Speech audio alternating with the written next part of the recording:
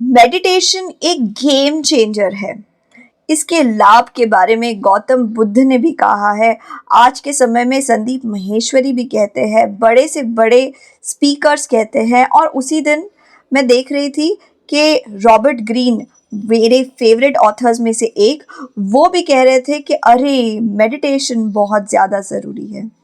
Meditation सच में बहुत ज़्यादा ज़रूरी है। इसे मैंने अपने जीवन में भी देखा है और अनुभव किया है। जब हम मेडिटेट करते हैं तब हम सिर्फ शांत ही नहीं हो पाते, हमारे मन में कई सारे दरवाजे खुल जाते हैं, बहुत सारी खिड़कियां खुल जाती हैं, नए आइडियाज़ हमें दिखाई देने लगता है। ऐसा लगता है कि हम प्रॉब्लम को बड़े पर्सपेक्टिव से देख पा रहे हैं। लेकिन मेडिटेट करना बहुत लोगों के लिए तकलीफ़दायक हो सकता है। इस वीडियो में मैं आपको बताऊंगी कि अगर आपके पास समय भी नहीं है और समझ में भी नहीं आता मेडिटेट कैसे करना चाहिए, सो आसानी से आप अपने आप को मेडिटेशन के लिए कैसे तैयार कर सकते हैं, सिंपल मेडिटेशन कैसे कर सकते हैं। मैं मनोवैज्ञानिक डॉक्टर मयूरिका दास विश्वास और ये channel your survival model. Meditate करने का वक्त नहीं है लेकिन खाने का वक्त तो है। तो नंबर 1 टेक्निक है, जब आप खाना खा रहे हो, एक छोटे प्लेट में थोड़ा सा खाना लो, उसे खाओ, धीरे धीरे धीरे धीरे चबाओ। 32 बार चबाओ हर निवाले को। इसे धीरे धीरे खाओगे तो आप देखेंगे कि जल्द से जल्द आपका पेट भी भर जाता है। आपको खाना ज़्यादा स्वादिष्ट लगता है क्योंकि बेसिकली हम खाना जब खा रहे हैं सबसे ज़्यादा मज़ा तो हमें जीभ में ही मिलता है, राइट। तो जब हम जीभ में खाने को ज़्यादा देर तक रखेंगे तो हम खाने का ज़्यादा आनंद ले पाएंगे। पेट जल्दी भर जाएगा, जीभ भी खुश हो जाएगा और लंबे तौर पे आप देखेंगे कि वजन भी कम हो जाएगा। दूसरी टेक्निक है अवेयरनेस कमेंट्री।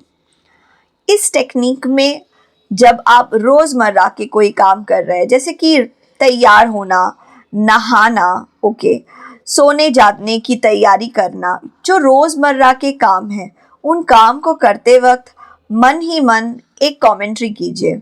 जैसे कि अगर मैं कमेंट्री कर रही हूँ अपना बिस्तर बनाते वक्त, मैं कहूँगी अब मयूरिका धीरे धीरे अपना बिस्तर बनाने जा रही है।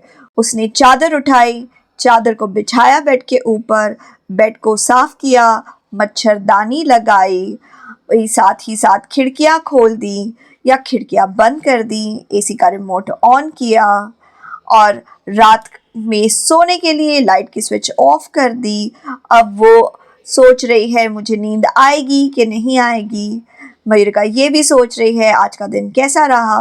तो मैं जैसे जैसे जैसे जैसे एक एक काम कर रही हूँ, एक एक चीज़ सोच रही हूँ, मन ही मन इसकी कमेंट्री दिमाग में कर रही हूँ, किसी की क्रिकेट कमेंट्री के जैसे।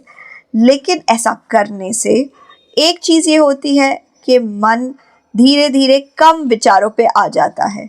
दूसरा ये भी होता है कि मन धीरे धीरे थक भी जाता है और एक समय आएगा या तो आप सो जाएंगे या तो फिर अगर दिन का समय होगा तो आप बहुत ज़्यादा शांत हो जाएंगे, मन साफ हो जाएगा। मन में जो चलती रहती है, बातें चलती रहती हैं, वो कम हो जाएंगी और आप एक क्लियर मेडिटेटिव स्टेट में पहुंच जाएंगे।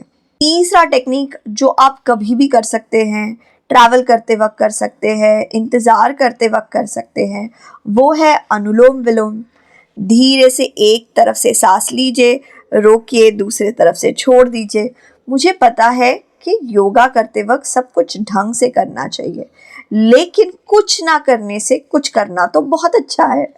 इसलिए स्लो ब्रीदिंग कीजिए, धीरे धीरे ब्रीदिंग कीजिए और अपना पूरा ध्यान सांसों पे ले आइए। वैदिक शास्त्र कहते हैं कि कॉन्शियसनेस में, यानी कि प्रज्ञान में ही ब्रह्म है।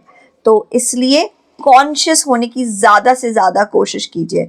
अगर हम हमारी कॉन्शियसनेस को बढ़ाना चाहते हैं, उसके लिए बेहतरीन तरीका है अपने ब्रेथ पे फोकस करना, क्योंकि ब्रीदिंग यानी कि ब्रेथ हमेशा प्रेजेंट में ही होती है। ब्रेथ न तो कोई पास्ट का होता है, ना ही कभी फ्यूचर का होता है। हर सांस प्रेजेंट में होती है, हर सांस प्रेजेंट में है। सांस भविष्यकाल में नहीं है, भूतकाल में नहीं है। इसलिए सांसों पे ध्यान केंद्रित कीजिए। आप किस तरीके से मेडिटेट करते हैं? म्यूज़िक सुन के, अफ़र्मेशन सुन के, हिप्नोसिस सुन के? आपका मेडिटेशन का टेक्निक क्या है, उसे कमेंट सेक्शन में लिखिए। आपके मूल्यवान समय के लिए धन्यवाद।